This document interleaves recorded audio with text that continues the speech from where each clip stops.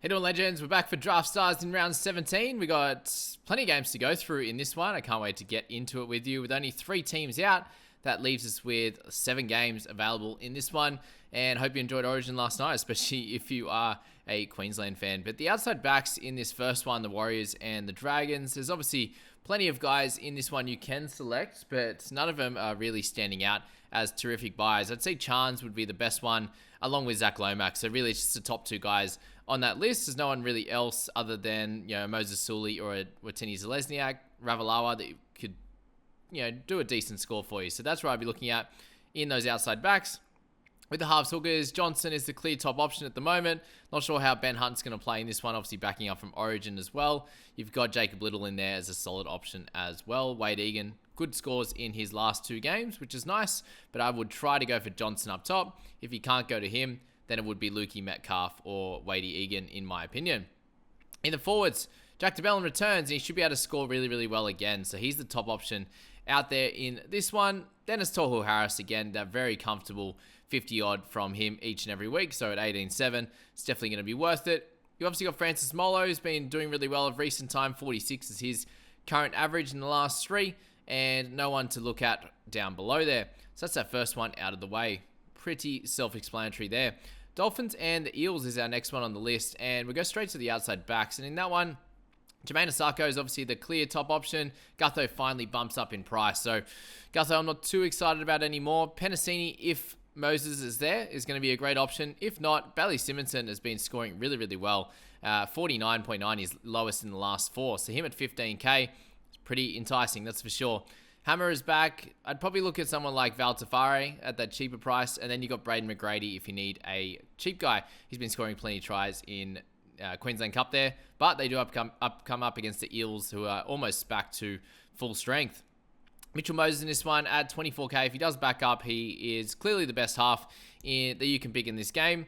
And then you've got Brendan Hands, in my opinion, at 10,700 is probably the play, or Dejan Arce. But him with Moses, he did play there the week before and got 42.2. So either way, I think that you can go well with Moses and Brendan Hands or Dejan Arce there for sure.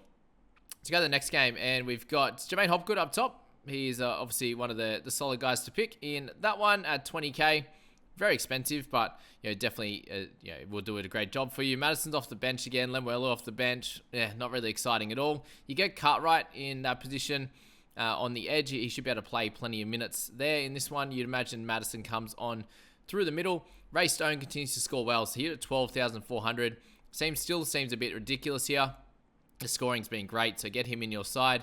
And then someone like Josh Kerr could be interesting how many minutes he actually plays coming off the bench. Herman SASA has been doing well the last couple as well. So something to think about with those guys. And then Regan Campbell-Gillard hasn't scored well at all the last few, but he's definitely going to pop off at some point for sure.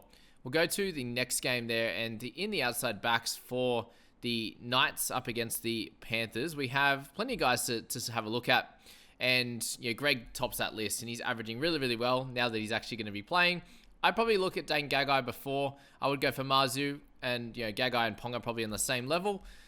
How well do you think Panthers can win this game? That is going to be the question. But Gagai continues to score well no matter who he comes up against. So really, it's guys like Sunya Taruva. If he's definitely going to be there, and then the other guys, it's a bit of a hit and miss, a bit of a guess as to what happens there. If Tyrone Peachy gets called up, if Crichton doesn't play or Toa doesn't play, then he would be your selection there. But yeah, hang around the Sunya Taruva kind of levels, I think, and then potentially a Dane Gagai or a Ponga. In the halves hookers, Cogger is just a clear best pick. Get him in your side. That's probably all we need to say in that section. All right, in the forwards, Isaiah Yeo continues to play massive minutes after Origin, so he's definitely one of those guys to look at. Fisher Harris is pretty cheap this week. Adam Elliott, I'd probably look at selecting. Should have to tackle a lot in this game, and he was back to some of his better form last week, especially with the minutes there as well. And Dylan Lucas, so he's going to get the start in the 12 position, which is cool this week. So lock in Dylan Lucas into your squads as well. Beautiful. We move on from that one and on to Manly up against the Storm. Is a pretty fun matchup for sure. Only issue there is the fact that Tom Trbojevic won't be there, which is very sad. So Ruben Garrick, if he does get moved to fullback, which it looks like he probably won't because Weeks is named there at the moment, then I would look to pick him up. But other than that, it's really tough to pick a winner from from this outside back section, it would be likely to be Nick Meaney as the best scorer, I'd say. And then Warbrick if he would manage to score a lot of tries again, but that's remains to be seen there. You really can't select KO Weeks or Jason Saab at that cheap price, so it's very, very scarce in that outside back position for great options.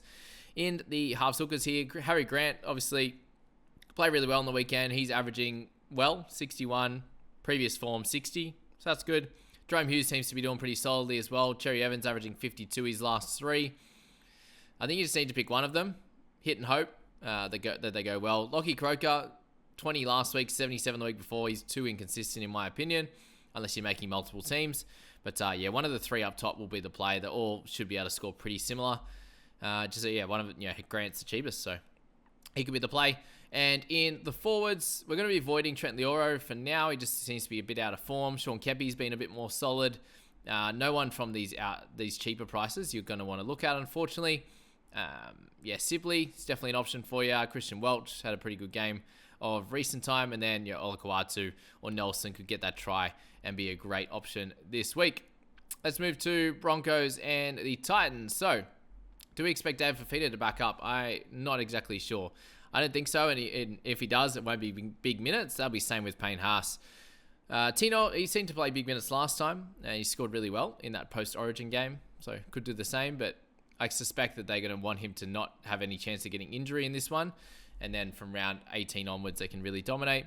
Same with Pat Carrigan there. I expect Mo Fotuaika to play big minutes as per normal. So he's probably the first guy to select at the higher price there.